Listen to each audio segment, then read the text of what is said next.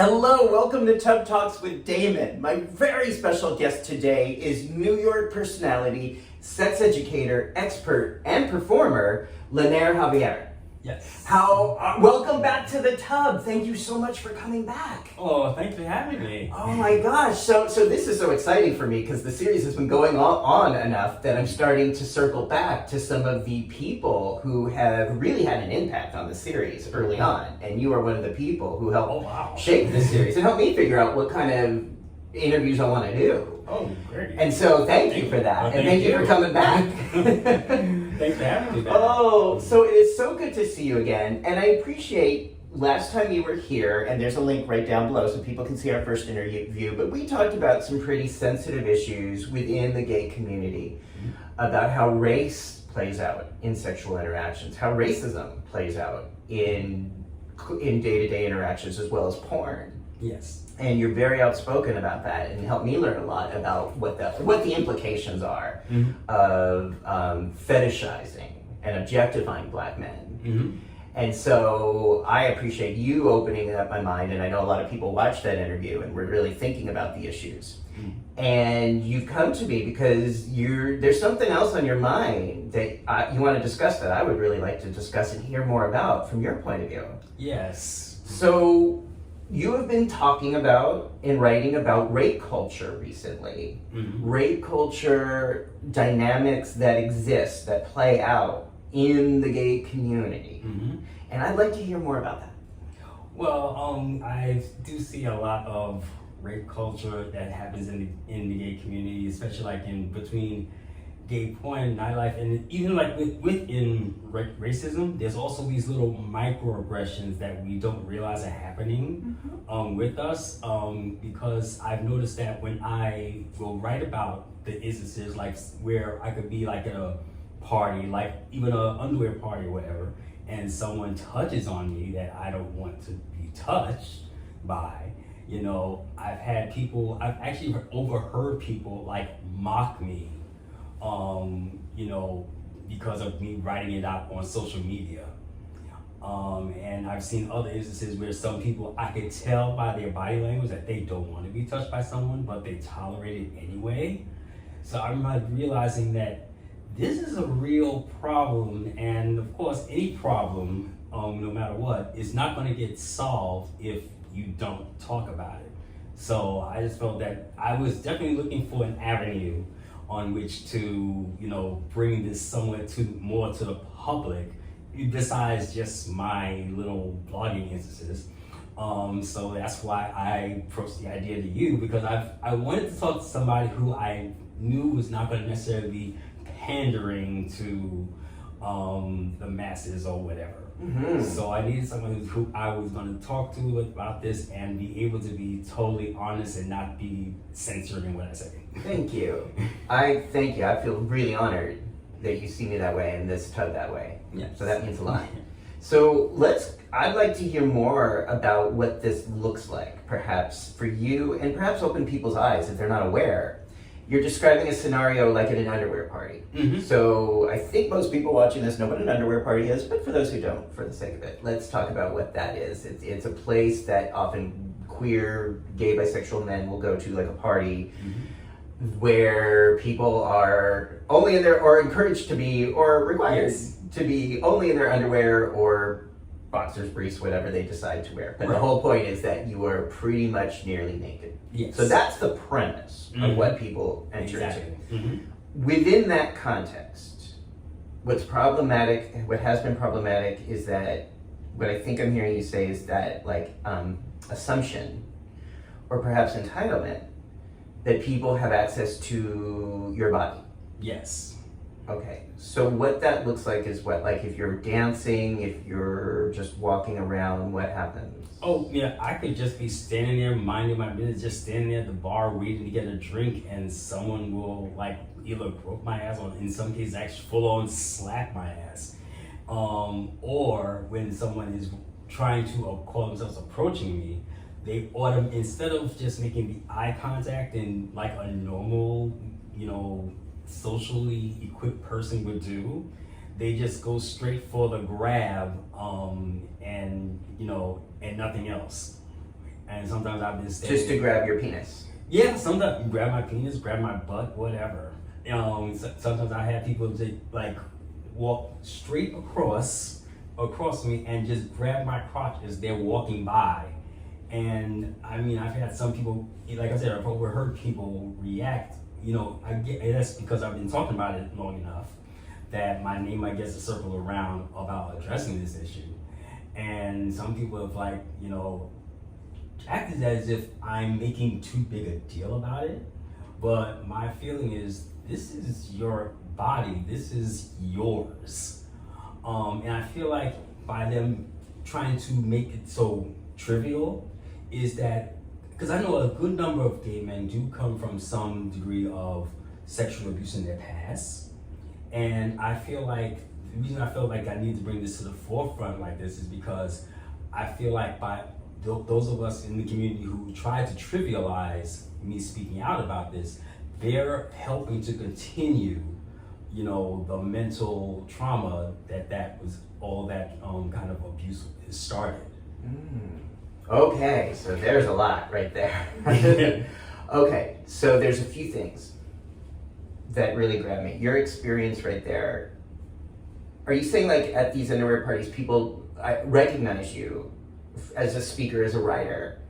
Are you saying sometimes then they intentionally, knowing who you are, knowing what you write about, knowing about what your beliefs are, they then intentionally go to you and violate your boundaries, knowing? Oh no, not that. It's okay. What I think it might have happened. I don't know, but the one where I'm saying people who may know who I am.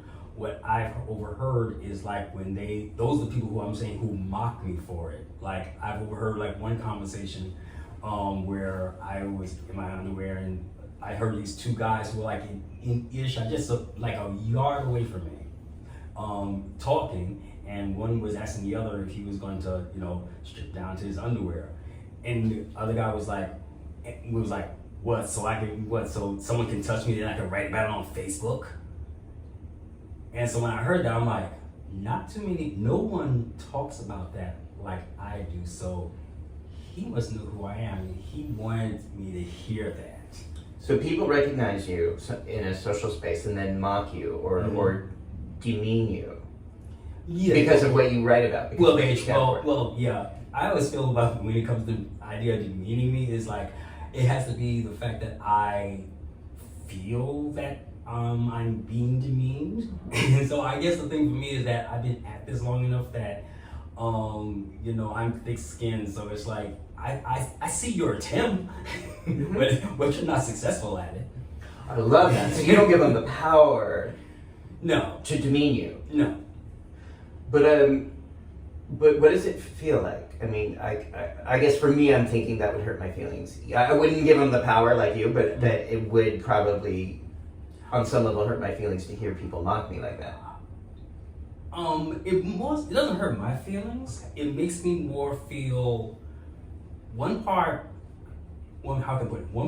flattered that they know who I am. Another part angry because of angry is probably one of the emotions, but also in the mix of that as well is also empathy and feeling sorry for them, because it makes me wonder what happened in your life to make you go this route where you feel the need to mock me for taking a stand on this issue. So wow. It's a combination of all, so it's a whole bunch of emotions in one shot when I hear something like that. So in this kind of space, when someone's acting like that, you seek ways to find empathy. Because something, you're right, like something happened to them, something got them to that point where they felt a need to be reductive about this subject, a very complex like a mean subject. girl, basically. Yeah, yeah, like a mean girl, or maybe their own abusive history or trigger that is resulting in that defensiveness that comes out in like mocking you in a club, which I think is beautiful. Then you seek to find a way to empathize, but I still feel like that's a lot of work you're doing, and sometimes don't you just want to go to an underwear party and chill out and not have to think about all this stuff? Oh yeah, no, When I walk in the door, I do. It's just when that moment comes, that's when it happens. Right. Because, matter of fact, another instance that happened, like we ever say within the past year, is I'm kind of like, when I walk in the room, I kind of take in all the conversations that are going on because I want to figure out who in the room might be someone I might want to associate with. Uh-huh. So I try to listen to all of the conversations as I'm walking through. And I just got to a certain point in the room where I didn't pay attention to these people like in the corner, and and didn't even realize they were there until I crossed like a threshold going to like the clothes check, and I heard this voice say, "I don't like him." And I didn't even know anyone was standing there, so it's like, who the hell are they talking about? And then I realized, as I went on, I checked my clothes and I came back and went like to the bar and everything and started sitting there, and I could still hear the guy ranting and raving, talking about, like if someone comes up to you and you don't want them touching you, he's like, "Why are you getting in a fight about it? Just walk away." And I'm like, oh my gosh, he really is talking about me. Wow. I'm like, my feeling about people like that is, if I pick a spot in the bar, minding my business, and someone comes over into that space and then starts touching me, why am I supposed to walk away? Yeah. Instead of tell them, no, you beat it. Yeah. Yeah. Why is it placed on you? Why is the Yeah. onus placed on you to maintain a sense of safety? Yeah. If your safety is being threatened, Right. That's blaming the victim. Yeah. Right. Okay. So I want to get back to the example you described where men at an underwear party feel liberty, and again, I'm wondering if entitlement is a better word, to touch your penis, to slap your ass without any sign or permission from you at all. Like, Right. you're talking about people just coming up to you and just entering your private space, touching your body without any permission. Yeah. Okay. Mm-hmm. I've had people who will and when I look at them and be like, excuse me, they'll come with the age-old, like I said, that's why I said rape culture, because they come with that age-old rationalization of, well, you're the one standing there in your underwear. So, it's like, well, she was wearing a dress, so she deserved it. Yeah. To be assaulted. Yeah. Okay. Yeah. So, I want to ask, is this racial? Is it particularly white men who feel entitled to your body this way? Or is it all men of different races who act this way with you? I have found it to be more so white males to do it, but I will say the divide might be more so as far as, because I have a 3-strike rule. My 3-strike rule is like, in regards to touch, is that strike 1, I'll either say no or just politely move your hand. Strike 2, I will up the ante a little bit, maybe raise my voice a little more or be a little more forceful when I move your hand. Strike 3 and beyond is all bets are off. As you're an adult, I've given you every chance possible, so at this point, I can cuss you out. As much as I don't want to advocate violence, I could slap you, punch you, kick you in the groin, whatever I need to do to get you the heck away from me. And it seems like but it does seem primarily to be white males, unfortunately. I have had black males do it to me as well. And is black it? guys, everyone of every color has, but it seems like the most of it has come from white males. But and is it typically white men who get to strike 3 with you, or do you think people of color are more likely to stop after strike 1 or strike 2, or is there no pattern? Well, I think white males more so get to a strike 3. Yeah. I found that black males seem to get it the first time, but it seems like with black males, my reaction to them winds up having to go to like strike 3 level on strike 1, because it's like they really I always tell people that I've written this numerous times, that when you come into a sexual space, leave your ethnic culture, teachings of your ethnic culture about, about sexuality, leave that out the door. Come in with common sense and common courtesy. And I think because that is what will lessen a lot of the issues that, like what we're talking about right now. And it seemed like something in that, because I know Latin male culture is definitely taught about being macho and whatnot. And it seems like when you give them that no that first time, I've had more instances where on that strike one, I have been on the verge of a physical confrontation in response. Because they react hostilely to that? Yeah, and they try to turn the tables where they try to act like I was trying to touch them. So if I'm moving my hand, if I'm putting my hand up to block them, Mm-hmm. they'll turn around and try to act like, change the narrative and say, don't touch me. I'm like, I'm not touching you. I'm moving my hand. My hand is here because I'm blocking you. But it's like they put, instead of accepting that no, like an adult should, they try to turn it around and make it that they're saying no to you. Wow. That sort of reshapes it that you're the aggressor. Yeah. Ooh. No, that's not nice.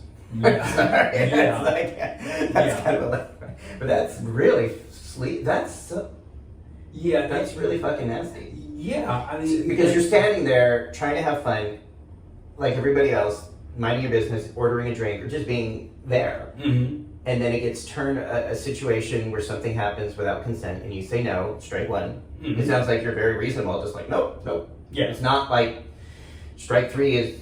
It's not like you make a big thing about it. It's just strike one. It's like no, please stop doing that. Right. But if people don't, you're willing to go to strike two, strike three. Yeah. But with some men, they turn it around and make it look like you were the one who was being an aggressor. Yeah. Ooh. And does this ever then involve having to get security involved, get the clubs involved, get the staff involved? Does that ever happen, or is it just usually left? Oh no, it has happened. It has happened to where I wound up getting physical, where and security has not been called. It has also gotten physical to where I have had to get security to get someone out of the space because it's like no, because it's more so. Not that I feel threatened, it's by them. I feel more threatened about myself because I know my temper. And I know what I'm capable of because I've said this before, that because of my porn past, and when I left the industry, I realized that I became more protective of my personal my body after I left the industry, even more so. So I know that can make me, a real fireball when it comes to that point where I feel like I got to protect myself. I actually named it.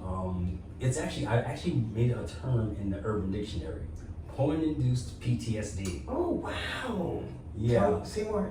Oh yeah, because when you're in the industry, even though there's this illusion to the public that, they are so in control of their body, yada yada yada. The reality is actually you're not.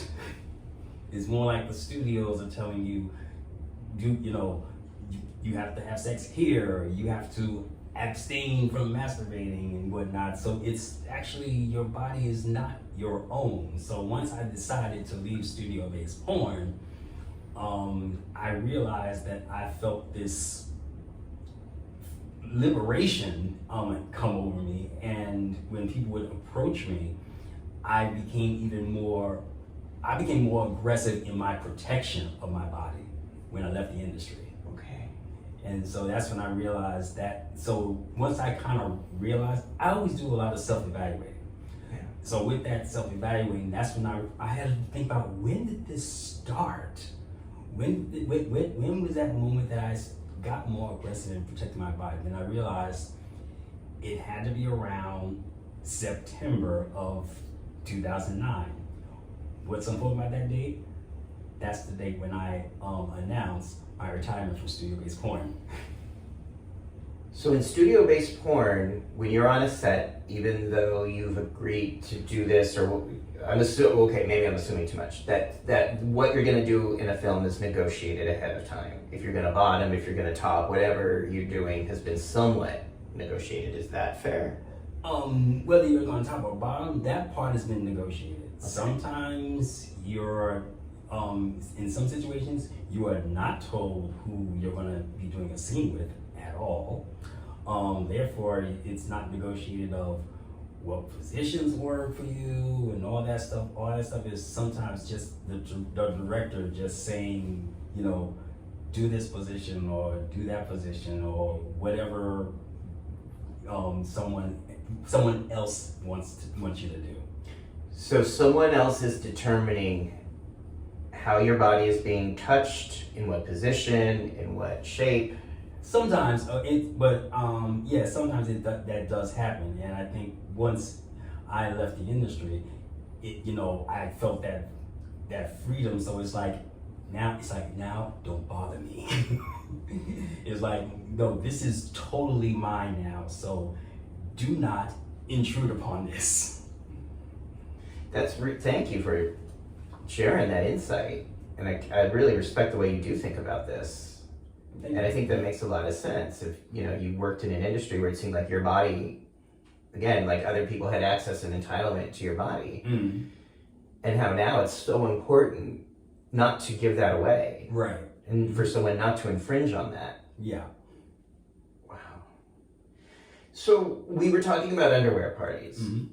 I think the question that comes up a lot among people who have these discussions with me and even my own clients is how this all plays out when you're in a darkroom situation or a situation where there's actual fucking going on, or a red light situation, where there's a fair amount of sexual activity and I guess an implied consent that when someone willingly enters a room like that they may be touched or groped or slapped or penetrated or being used for penetration. Mm-hmm. What are your thoughts about that? Well, that's one of the issues I've always had is because, and I actually wrote an article on Ptsd about what I see in sexual spaces since the lockdown ended. Mm-hmm. And it seems like some people, it's like they were let out of the house, but there's a part of them that is still stuck in their apartments, because I see a lot of people who, like, when in those sexual spaces, a lot more people are playing voyeur and living vicariously through someone else. But at the same time of while living vicariously through someone else, they get intrusive in regards that they will put their hands in the middle of what someone else is doing.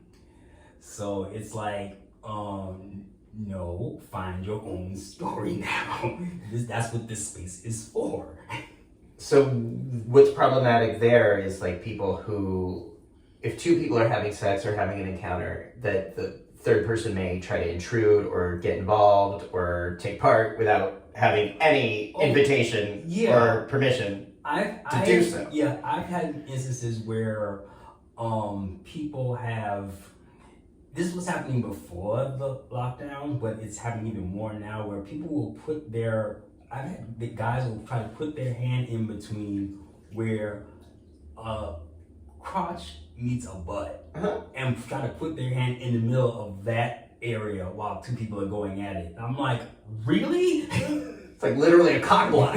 Yeah. Like they're blocking the cock from going inside the butt. Yeah, or it's just that I know what the idea is, that they probably want to feel the cock themselves, but at the same time, no, you're overstepping your bounds by such a massive degree right now. Yeah. Now, is that in alignment with what you described as rape culture earlier, or is that just fucking annoying?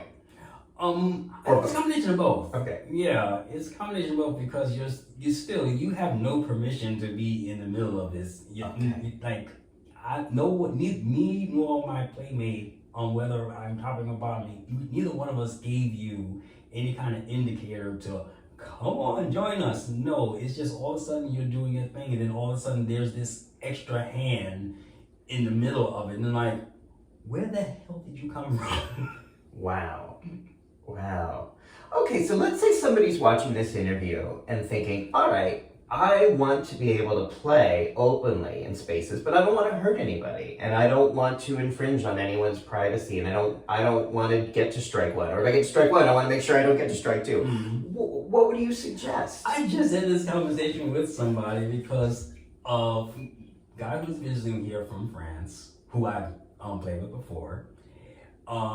Me and him were, making out and whatnot, and this guy came like kept touching on both of us and whatnot. And then he was just trying to turn around or whatever to avoid the guy. But me being more aggressive in that regard, it got to the point where I just looked at it and said, no. Mm-hmm. And the guy was like, the French guy was with, he was like, I don't want to be mean to anybody. I'm like, no. I said, you know what? You have a right to be mean. I said, because it's your body. If you don't want it to be touched, you have a right to say, you have a right to that no. Mm-hmm. And if you have to up the ante or the degree on how forceful you are with it, then so be it. It's no fault of yours. Wow. So then what would be an appropriate way? I mean, again, let's say, this summer people are out. Let's say someone sees you and they see you standing there and they really want to touch you. What do you want them to do? I'm all about eye contact. Mm-hmm. That's what I'm all about. So that eye contact is great start. I've actually told people, straight up, like, no, before you touch me, make eye contact first. I mean, you are eye level with me, so what's the problem? Okay, so eye contact, anything else you would want before so people don't get to strike one in the first place. Right. So we got eye contact. Now, there's also words, but I think, like, may I touch you is not something generally said in underwear parties or sex spaces. Someone did say that recently. Yeah? Oh, but the problem is that what they said, something in my mind told me, LeNair, be quiet, just let him keep talking. And that's exactly what I did. And the next thing he said, that's what made me get annoyed as hell. Because after he said, do you mind if I touch you? And I was just like, and just like you were shocked, I was kind of surprised as well that he asked that. So I was like, huh? And so he asked it again. He said, do you mind if I touch you? He said, because those guys over there, he said, they have a problem with me touching them. I was like, see, this is why my brain said, let him keep talking. Those guys over there? Yeah. Because he was sitting like on the side, and so when he left there and came to sit next to me, he must have tried the same thing with them, and they probably told him no. Oh. So when he said those guys over there have a problem with me touching them, I'm like, and if my thought was, if they do, then that's their prerogative. So the problem was he was making a big deal about what the boundaries those guys were setting. Yes. Like he was calling attention to the fact. Yeah. And making them wrong for saying no. Yeah. Hence we get back to rape culture, right? And so when he reached out for me, I just was like, no. And then after that, I just got it. Now that time, I just got up and left. Okay. Because it's like, you already had you done confessed to the fact that a group of people already told you no. Yeah. Kindly told you no because I had no idea anything transpired when I sat down. Right. So obviously they didn't do it in a way that really called attention to themselves. Right. So it's like you already had these people in a civil manner tell you no. Now you come over to me and you're going to confess to the fact that they told you no. So I'm going to get away from you before I do something. Yeah. So that person's showing you that they can't hear no gracefully. Right. And I think anytime someone's gossiping about another person in a club, they're showing me who they are. They're telling me, I'm not a safe person. Yeah. Because if you don't gratify me, if you say no to me, I'm going to run to somebody else and make fun of you. Yeah. Which is not a cool thing to do. but that proves, that's people showing that they're not safe. Mm-hmm. Okay. So then again, how would you prefer, ideally, in a perfect gay, queer, sexual world, how would you want people to approach you when they're attracted to you? Like I said, you can, make eye contact. You can politely sit next to me. I mean, of course, if we're sitting close enough, we might graze up against each other, and it could, with that being the case, it can evolve from that. Mm-hmm. And if us grazing up against each other is not necessarily meant to go in that direction, I can politely be like, no. But if I wanted to go there, then fine. But it's all about that consent is still always there. So that idea that like there could be a little grazing, a little arm touching, if you're wearing shorts or you're wearing, maybe some knees get touched. Right. Mm-hmm. And then that gives both people the opportunity to say no or to just pull away or and that would not qualify as a strike one. No. Okay. I love that because that's the kind of thing I'm into. Like I am so much, that's what I call the energy dynamic. Exactly. It's feeling that energy. Is there an energy? Is there a chemistry? And if so, we can proceed accordingly. Mm-hmm. And that for me is what gets me going. Yeah. For a lot of men, it's more about the grab. It's more about the a lot of men can be turned on just by fucking. Yeah. I need that energy. Like I gotta feel the energy. Right. And so that's a difference, mm-hmm. right? But I think that's a really thoughtful approach that people might want to consider. If you're in a situation and you don't know, feel the energy. Yeah. Touch hands, touch elbows, touch knees, and see if the other person is like, okay, does that person coil away from you? If the person's coiling away from you, that means don't approach. Yeah. If they're not coiling away from you, that could potentially mean go. Yeah. But there's still a lot of steps before you start going for the grab. Exactly. Okay. So that's what you would prefer. Eye contact, energy, anything else you would want to advise for people, either for you or in a sexually charged situation, so that they don't violate a boundary or get to a strike one? I think that's pretty much it. Really, and another thing on my brain is that the reason I wanted to bring this topic up is because I do know some people who actually want to venture to spaces like underwear parties and stuff like that, where a sexually permissive space, but when they hear about my experiences, the negative ones that I've had, even though when I will proceed with saying, yeah, I had fun overall, however, in the midst of that, this thing here happened. And they'll realize that with that negative instance, that will make them shy away from going into that space. And that's why I wanted to bring out this topic so that, everyone becomes aware and just, it's just saying, if you know better, do better. Yeah. And to be aware. Yeah. And so I would like it to be that, excuse me, that we have, instances where, we are aware of these type of things, so people won't necessarily have to feel like, oh, I'm not going there because that's going to happen there if I go there. Mm-hmm. So I would like it to be that people start doing, like I said, self-evaluating, realize the fact that, some people need to realize that their behavior is being very problematic for other people. Mm-hmm. And it's causing people to not venture the spaces that want to come to the space. Yeah.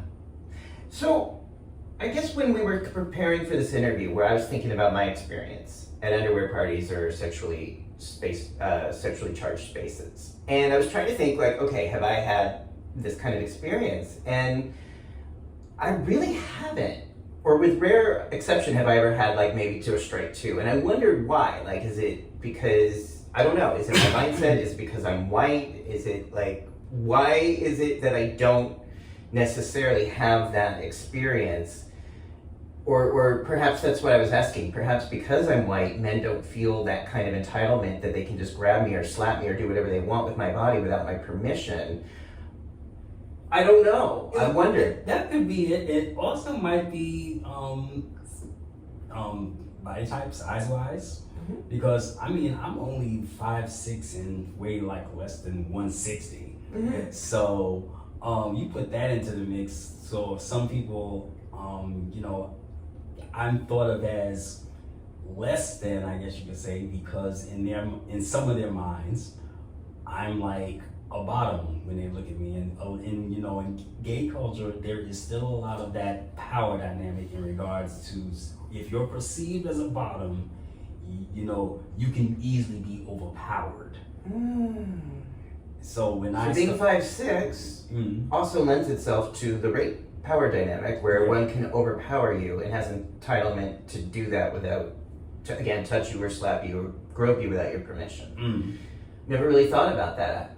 Yeah, and I think for some people, the reason why they get so hostile when I, you know, assert my position is because they're not, because of that idea in their head of me being weaker, quote unquote weaker, that me asserting myself in my position and saying, no, this is mine, that kind of throws them, because it becomes the whole thing where it's like I'm justifiably turning the tables and saying, no, I am a man here. You know, I'm an adult. This is mine, and I'm going to stake my claim that this is mine.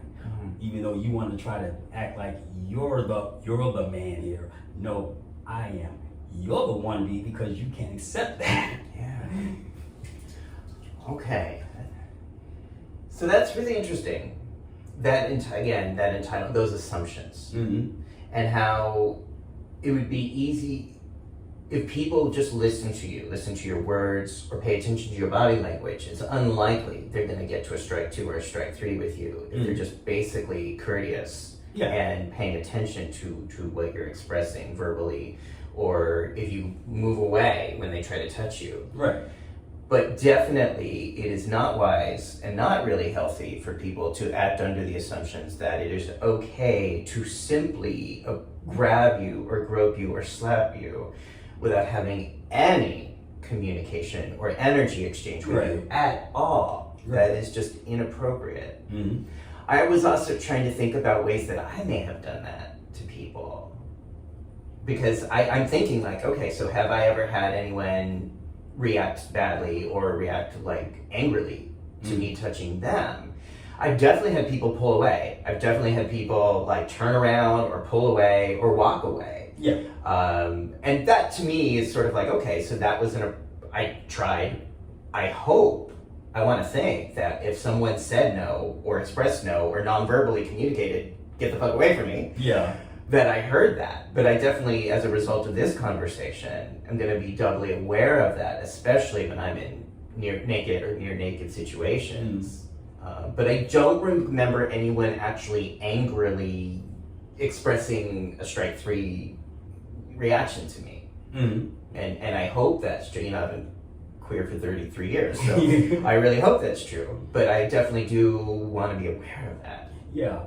No, I'm sure you've been very appropriate. I hope so. I hope so. I'm not sure that's true, but I really hope it's true. And it's through these conversations that I can at least be more aware in terms of future. Yeah. But I hope that is accurate. Yeah, some people, they actually will, I mean, that's the thing, some people will when the communication does happen, some people will communicate that they want the aggression. And it's like, and when that happens, it's like, okay, now that you've communicated that, I'll go there. Right. I guess also I don't want for to me, assume it. I just don't want to, like you said, we should not assume it. That's the thing. Yeah. In any kind of those kind of spaces, unless it's a space that's really themed for that kind of aggression, start off vanilla with whatever you're doing. Right, don't assume kink unless that's the space you're into. So if you're just at an underwear party, or the conch, or one of the bars now that has a side room, which a lot of them now do in New York City, again, start with vanilla. Yeah, I mean, you know, you're making out with somebody, don't go automatic, unless you've communicated, don't be slapping no one in the face or anything like that. Don't start picking on someone unless they tell you they want you to do that. Right. Okay. Exactly. Wow. Thank you I think this is really helpful. And again, what I'm really into with these bathtub conversations is creating community, creating space where we get to play together, but do so in a way that conveys respect, appreciation, communication, and safety. And safety is a really relative word, but I mean safe enough that we can be naked, that we can be vulnerable without there being severe consequences for that or trauma from that. Exactly. And so again, this is something that I want to think about and learn more about and really consider. I think for me, it's just like rejection is not sexy. Like I don't get turned on by people who communicate verbally or non-verbally, no. So if someone kind of is not feeling my vibe, or turns away, or does not invite touch, I don't use that as a sign to say, keep going, because now this is exciting. Like, I think that's very unexciting. I don't I don't get, again, I'm an energy person, so I like the energy when it feels reciprocal. Exactly. And so I think what you're saying is that if people are attracted or excited or stimulated by power dynamics and domination, there are places and spaces where that would be welcome. Right. But if we're talking about a typical club or bar or dark room, that would not be the assumption you want people to go on. You don't want them to be able to lead with that. Exactly. Okay. And not to assume ever that it's okay to touch someone's penis or butt or any part of their genital area without some permission. Right. Absolutely. Right? So underwear parties, again, lots of fun. And there's a lot of ways to generate consent and communication and energy. Even, dancing is such a great way to do it, I think. Oh, yeah. Like on a dance floor. Like sometimes on a dance floor, like you said, you can get that sort of rhythm. You can feel someone's energy. You can feel if they're into you or not. You can sort of touch elbows, touch hands. Yeah. There's all those ways to start to, explore chemistry. I've actually met some people by not necessarily starting out dancing with them. It's been that I saw them dancing, and that energy from seeing them dance, during the middle of that, we would make eye contact and things went from there. I love that. Yes. Is there anything else you want people to know as they venture out, especially if they've been home for 2 years and they're starting to venture out in play spaces again? Anything else you want people to know and understand? Yeah, I would say, just like I said before when I told my French friend about, I said that, it's your body, so don't feel threatened like you're making a mistake or you're being a meanie by telling somebody no. If you're not into somebody for whatever reason, I mean, it could be a racist reason even, but still at the end of the day, it is still your body, no matter what. So you have that right to know. You have that right to say the word no to that person. Yeah. Just as long as it's within, in the right temperament that the person deserves. Like I'm saying, you don't have to be full on aggressive in your no from the jump if they just, lightly touched you and you weren't interested. But if they get too aggressive on the first strike, you can, either way, still, you have the right to say the word no. And it is so important that people say no if their answer is no, as opposed to saying yes when they really mean no. Yeah. And then feeling violated or traumatized afterwards. If they communicated to a partner, it's okay to keep going, but they don't really want that. Right. Because that happens too. Yeah. So this is the empowerment and the agency that I speak to so much, is that ability to say no. Mm-hmm. Say yes to your yes, say no to your no, and maybe to your maybe. Because that's how we learn. This is how we explore. It's like sometimes our answer is maybe. Maybe I do want you to pee on me today. I'm not sure. Let's try it. Yeah. But if that maybe turns into a no, then it's a no. Yeah. And if no is a word that's going to be eroticized, then there's a safe word. Yep. Exactly. That will convey stop. Yes. Exactly. So these are all the things, I think, some of the ingredients that can make this next chapter, this next phase of our lives, whatever this is going to look like in this fucked up world right now, but that we can create communities around relative safety, consent, respect, Yes. and pleasure. Yes. Definitely. I'm glad we're in this together. LeNair, thank you so much. If people want to keep following your work, what are the best ways for people to follow you and hear more about your thoughts and your ideas and see what you're writing about? Well, I still have my links where that has a whole collection of places to follow me. Yes, and they're right down there. Through Instagram, Twitter, Facebook, TikTok. I don't do too many TikTok videos and all that, but I do frequent more so through Twitter and Instagram and Facebook. That's awesome. Okay, and if you like this interview, subscribe down below, please, because I'm trying to get more subscribers. And I would say, I know that this is not an easy conversation for people to have, but it's a necessary conversation. And I think it might be worth having in your bathtubs or your hot tubs or among brunch or whatever you do with your friends at the beach or around dinner or holidays. What it would be like to have a respectful conversation with your friends about what we're talking about, assumptions, consent, rape culture, and gay community spaces. Not because we're trying to be punitive, but because this is how we create safer spaces, by having these sometimes sensitive and difficult conversations. And I'm just so glad you are bringing this to the forefront and that we can continue to have this going forward. Thank you. Yeah. Well, thank you for giving me the forum. Oh, yeah. All right, everybody. Have a great afternoon and night and early morning if you're watching this. Bye-bye.